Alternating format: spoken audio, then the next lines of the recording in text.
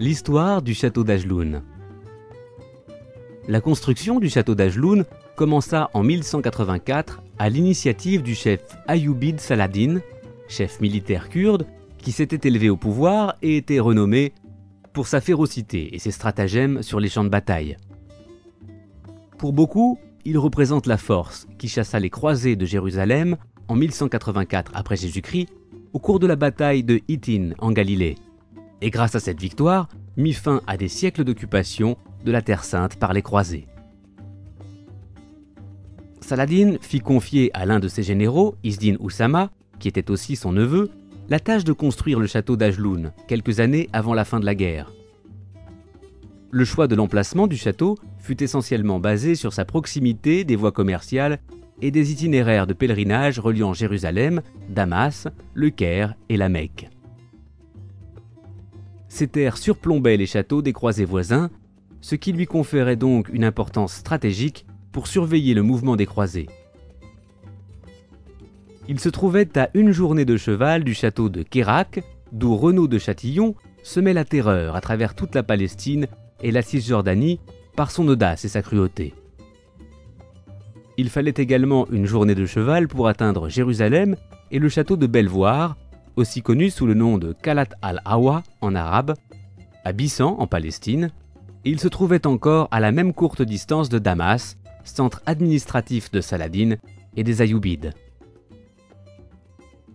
Un autre critère important lors du choix de cet emplacement fut la proximité des mines de fer.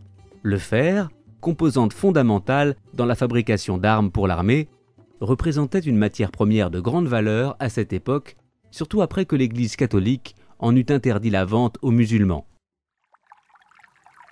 Mais une existence viable n'aurait pu se développer sans eau ni sans nourriture. Et ici, justement, elles abondaient. Le château bénéficiait d'un climat modéré et était entouré de terres fertiles. Des pluies abondantes et une rivière lui fournissaient toute l'eau potable dont il avait besoin. Le château est situé sur ce que l'on appelait jadis la Ouf-montagne, ou Jabal Ouf en arabe, par référence à la tribu qui s'y était installée. Les Bani Ouf firent savoir qu'ils s'opposaient à la construction d'un château en leur sein, mais Izzidine Oussama fit preuve de ruse et de persuasion, et la construction commença finalement en l'an 1184 après Jésus-Christ.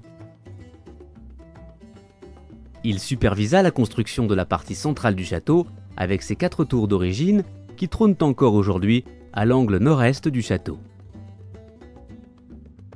Après la mort de Saladin en 1139 après Jésus-Christ, un nouveau sultan prit ses fonctions à Damas et Izzidine Oussama perdit la faveur de Al-Malek al-Adel Saïf el-Din Abi Bakr bin Ayoub.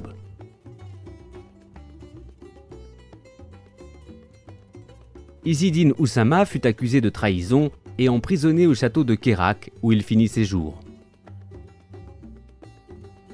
Bien qu'à l'origine, la construction du château d'Ajloun ait été dictée essentiellement par des raisons de nature strictement militaire, le château survécut vite à sa vocation d'origine et ne servit plus de fort militaire après que les croisés eussent été chassés de la Terre Sainte.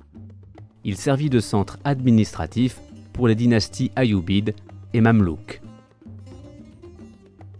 En l'an 1258 après Jésus-Christ, l'armée mongole envahit le territoire syrien et vainquit les armées musulmanes, et sur sa lancée occupa et détruisit de nombreuses places fortes musulmanes de la région. Le château d'Ajloun faisait partie des édifices qui subirent des dégâts à leurs mains durant une courte période. Cependant, l'armée mongole fut repoussée 2 ans plus tard, en 1260, par le sultan mamelouk At-Tahir Baybars, qui régna de 1258 à 1277 et donna l'ordre de reconstruire la partie ouest du château. Au début du XVIe siècle, il servit de centre administratif au gouvernement ottoman, responsable de ce secteur de l'Empire. Mais un tremblement de terre en 1837, suivi d'un nouveau séisme en 1927, détruisit la majeure partie de cette imposante forteresse.